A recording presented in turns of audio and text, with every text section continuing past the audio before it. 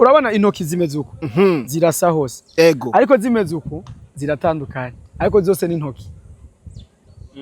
Party show. Merci beaucoup. ako kantu dutayemwo rero n'abantu bamaze gufata ku itariki 31 ari yuwabo mu biteramo canke ari imana z'ibiteramo mu Burundi ariko siko biri. mu makuru yagiye aravugwa menshi atandukanye ngo umuririmbyi Bizimana Abubakar Karum ari we Sadbi ngo ntabwo azoba ari ngahi Bujumbura ariko nkamwebwe muriko murategura bino biteramo nimutubwire ico kintu kimeze gute nk'abafana ba King Sadbi bamurindiranye gishika cinshi.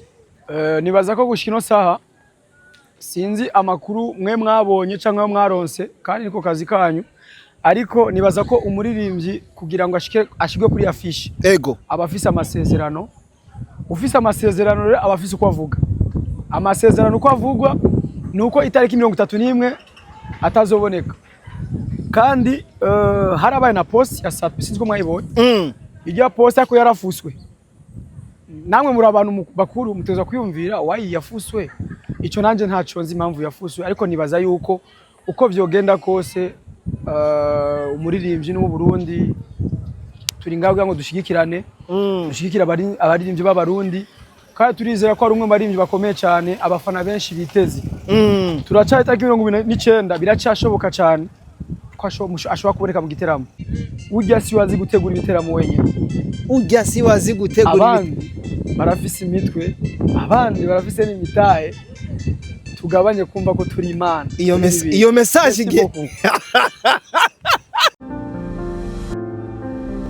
Yes bakunzi ba Gatech TV murameze fresh nizera ko umeze neza nkuko mubibona ndi kukibuga c'indege citiriwe Airport Melchior Ndadaye uyu ari ngaha muri kano kanya bamwita MC Andy niwe muntu twavuga yuko ari fresh brother makamera we uko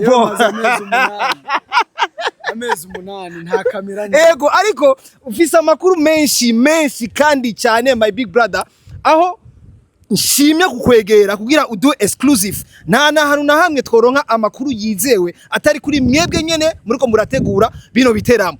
Naronse amakuru yuko uri ngaho kibuga c'indege citiriwe Airport Melchior Ndadaye. Andy bimeze gute ivy'igiteramo biriko bitegurwa gute kwanza muri rusange? Mwako nikamenda musa bakunzi ba Gatech by the way bakunzi ba Gatech gutere kwanza yije cyane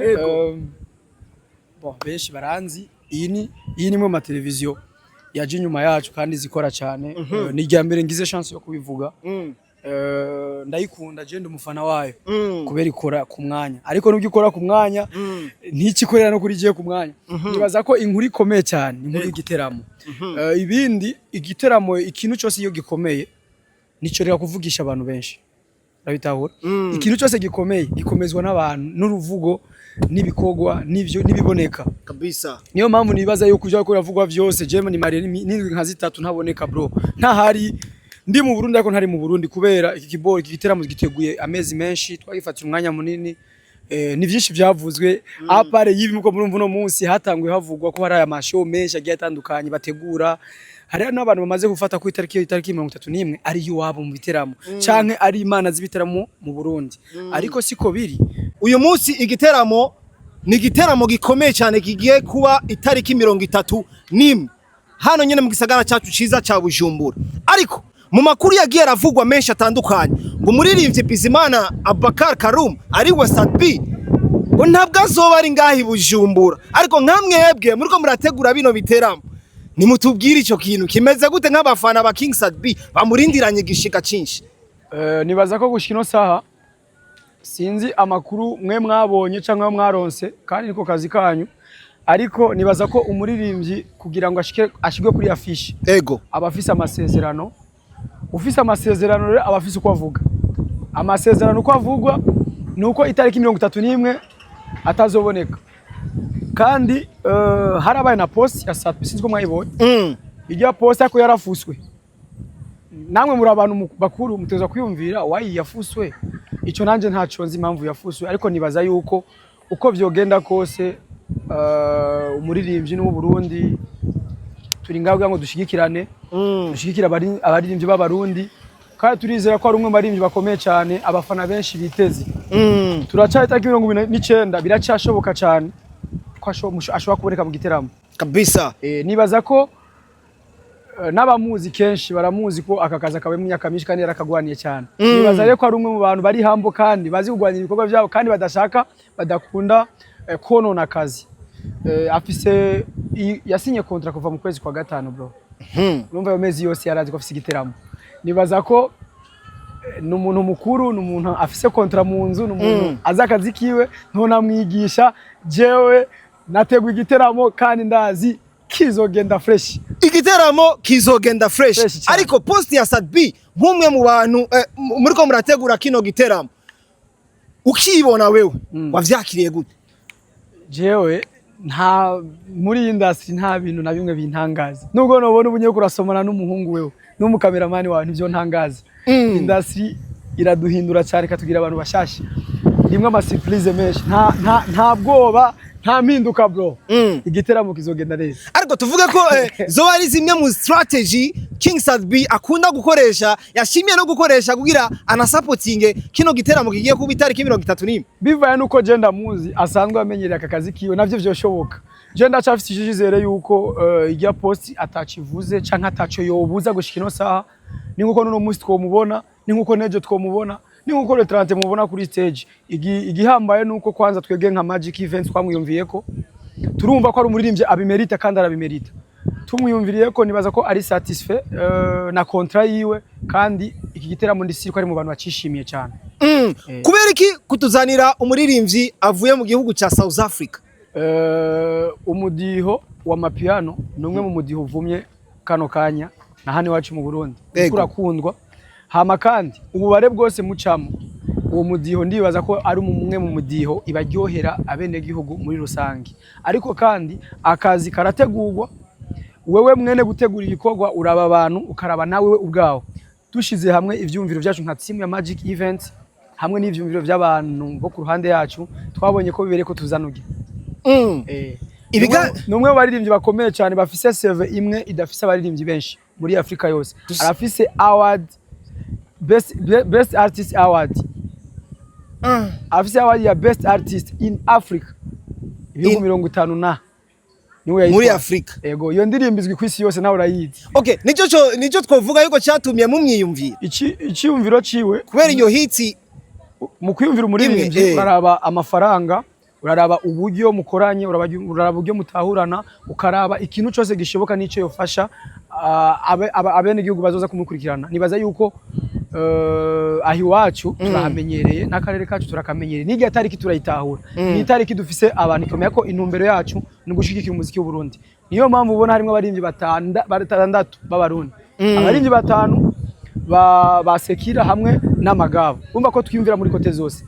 Ibice 70 kwijana urabona ko ari abaririmbyi b'abarundi. Ego, ariko imidogo muri bamwe ntiyoreka kugaruka.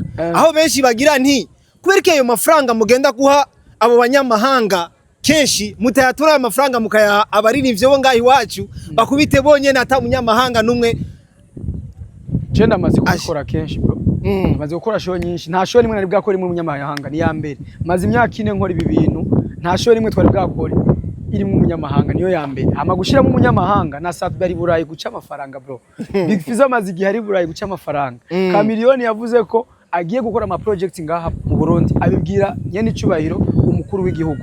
Nibaza ko iyo atakigwa neza ngaha ntiyari kugira ico cyumviro kandi nibaza ko niyakora ico kintu kizofasha uburundi n'abarundi muri rusange. Natwe twizera ko ujye afise impact cyangwa ico ashobora kudusigira ngaha mu Burundi. Harakantu utambiye tugitangu nubwo twagusanze ngaha kuri airport waruje mu biki ko je nari mfise amakuru yuko waruje gutoza neza ko Sadbi yaje kimya atashatse kubigaragaza waruje mu biki by brother. Cyanzanye sibanga rinini cyane kuko nibaza ko mu masaha 3 ari imbere cankane imo azobashitse mu Burundi. Ndege iri hejuru irahagurutse ivuye muri Kenya. Kabisa ni giteramo kidasanzwe aho ubona kiriko kirana postingwa henshi na henshi hashizwemo imitahe idasanzwe. Twizere ko muzoshira nangahe yagiye mu mze. Ariko mumaze gutumira umuririmbyi nka Emo nimubona yuko imitahe ari myinshi ga my brother. Oya mahera yose ni menshi wabitoye. Erega n'ubundi kiriko gitegurwa ku nguvu nyinshi zidasanzwe. niko kazi. Ariyo mpamvu naje nakubwiye yuko imitahe yarashizwemo kandi imitahe kwiye. Si make vraiment. Kuri jewe ho si make. Peut-être ku bandi. Kabisa. Itariki 31 hari ikindi giteramo, hari indi afishe twabonye izobera impande ya okay, impande kijya sigiteramo. No dushite gute? Ni anniversaire. Kuko ndayise party ariko andi umaze kuvuga ko ari anniversaire ikintu gikomeye nagomba kuvuga ko ari party nihenze. None okay tureke ku hayi urabona intoki zimeze uko zirasa hose ariko zimeze uko ziratandukanye ariko zose ni intoki. Party show merci beaucoup. Ako kantu dutayemwo none bavuze ngo ni party kama nini party ariko ntabwo mwigeze muronka muvaye no kungene mugerageje kuraba bari abantu bateguye nabo biriya bintu ko baba basanzwe nabo nyene bafise fan base zikomeye cyane kandi ugerageje no kuraba igiteramo cyanyu n'ivyi wabo biri hafi na hafi. Strategy mwebwe mufise mubona yuko twebwe turafise ikizere yuko badufashije promotion yo gutwegereza abantu. Allo urashobora kwinjira muri show ukariha iminota 30 kugira urindire show nziza itangure bro. Ariko le 31 ni itariki y'abantu bose bashaka kuryoherwa. Nibaza ko ari itariki abantu benshi imama miliyoni ngahi Bujumbura bariko arazunguruka mu makartie. Umuntu wese cyo na security riyongerewe munsi kuko babazi yuko imborerwa ziba nyinshi, abaryoherwa abisanzura baba benshi, moya mbiri baba benshi kabisa. Lakini sasa ico nosaba twe dushaka kukipa abantu bro, tubokipe ku gacupa bafise umutekano ukwiye, tubokipe no ku muziki uryoshe cyane, mapiano acane n'indi muziki cyane cyane ko abaririmbyi b'abarundi bazo bari mwari benshi kandi bakunze. Nibaza ko muri top 10 y'abaririmbyi bakomeye nga mu Burundi bajya abaririmbyi bacu barimo. Akabijya kadasanzwe mwebwe mufise muvuga ati kuri kano kantu twebwe twabateguriye abakunzi baza kuza mu giteramo cyacu. Nibaza ko ububijya ni bwinshi ariko bumwe novuga muri kano kanya icambere umutekano urakunda kuboda kwiye cyane giteramo. Tweho umutekano urakwiye bro, dufise igipolisi cyinshi kizageje umutekano, dufise mwaripanze kuvuga dushaka umuntu umwene gihugu bro aryoherwe kabisa, aje kuryoherwa hamwe azoza twibutsa ati mzee turakumbuye igiteramo cyane. Akora kabijya ka mbere, akabijya ka kabiri nuko twifuza n'uwiyumviriye gukora igiteramo canke bajya akora party nabo turifuza ko hazogera bavuga ati turabasabye tugende muri iriya show irasara kuvuga harimo ibikomeye byinshi. Imo yazana n'umu DJ wiwe by the way urumva nawe azoducishira ko ibintu tuzoba turyohewe cyane by the way. Turiko turarangiza kugira tugane ku musozo. Abantu bategura ibiteramo kenshi iyo bazanye abanyamahanga hari gihe abanyamahanga bataha ata collabo turonse, burya nta nguvu mwebwe nka team yanyu mwa muriko murakora kugira murabe kungene tworonka collabo ivuye kwa Imo n'abaririmbyi bacu. Collabo yose iva ku Barundi kandi ntimuzo babesha abanyamahanga. Lolilo umuririmbyi wese yaje ngaha akaboneka mu gikorwa ciwe bro yagenda afise collabo. Nikuye kiwe yabishobora. Mtu wote anajua impact ya kitu chake. Wewe mugiye wumva ko collabo ifise yo kumarira, ni wewe ufise strategy zo kwirondera. Harimwo bamwe bamaze no kumurondera, bamaze no kubitubwira. Twebwe turafise aho tugeza, nawe nk'umuririmbyi ko just indirimba bro. Kandi sinumvisha umuririmbyi kuzi kuririmba. Arafise ivyaraba nivyo nibiyago mugira bikunze bigenda neza, ariko turibaza yuko umuririmbyi yarinze abishiramo ingufu. Twe nguvu zacu zirahari. Nguvu zacu zirahari ku muririmbyi abigirira ingufu. Jewe nta platform ya muziki mfise kweli, kandi sinzi no kuririmba kabisa. Ndumufana mu bandi ngeze mu muziki. Nakaye kajambo bobwira abantu barindiranye igishika cinshi igiteramo kizoba itariki 31 mu kibanza cha Source du Nil. Source du Nil itariki 31 guhera saa 12 z'umuhingamo, wafunguye waryamye waruhutse. Ibinyobwa ni full bro, apana full kuvyumva. Turifuza ko umuntu wese azokwisanzura turyoherwe kabisa. Ico ni kimwe mu bimwe bizobemeze neza. Igiteramo VIP na table ivyo bibanza bizoba bifise umutekano kwiye. Si bya bindi ngo bamwe regira ngo bigiye kuri stage kubazibira. Ntaho bizoba bihuriye. nta na hamwe ni kuvuga umutekano wa VIP na tabo zizoba zitandukanye cyane, umutekano uzoba ari munini cyane. Icyo ni kintu umve ko urishe VIP yawe, that's wabona harimo itandukanye nini. 20000 simple na VIP 100000 600000 table y'abantu bane. Ni kuvuga ijya difference irimo no mu kuryoherwa bizoba biboneka, kuko hari umuntu abakeneye kuryoherwa akore ku muririmbyi, ariko umuntu agiye muri VIP abadashaka kuruha, abashaka kwicarira ahantu arabesho atekanye atamuntu amusubume, ntibizoba nta bihari kirapanze. Ikindi akandi kabijya nuko stage ubu tuvugana yarayeho, stage yamaze gushigwa, yarayeho check sound ni kuwa gatatu ni tariki 31 ni haragera ko stage yarayeho. Kuba n'ubu nyarugiye kwira wisangayo kuba tita kirapanze mje kirapanze, ibintu ni fresh sara kabisa. So MC Andy, reka ndagushimire cyane kandi twizera neza ibi bintu uvuze ko ariko bizonagenda iyo tariki uzogaruka ubimbaze show iheze umbwira iki kitagenze kujya. Wow. Amanda bamenyeshe yuko akantu kamwe nogenda babwira ego ujya si wazi gutegura ibiteramo wenyine, ujya si wazi gutegura, abandi barafise imitwe, abandi barafise n'imitahe, tugabanye kumva ko turi imana. Iyo message ge oye baguzi wa Gatech TV, ujya siwe azi gutegura gusa ibiteramo wenyene.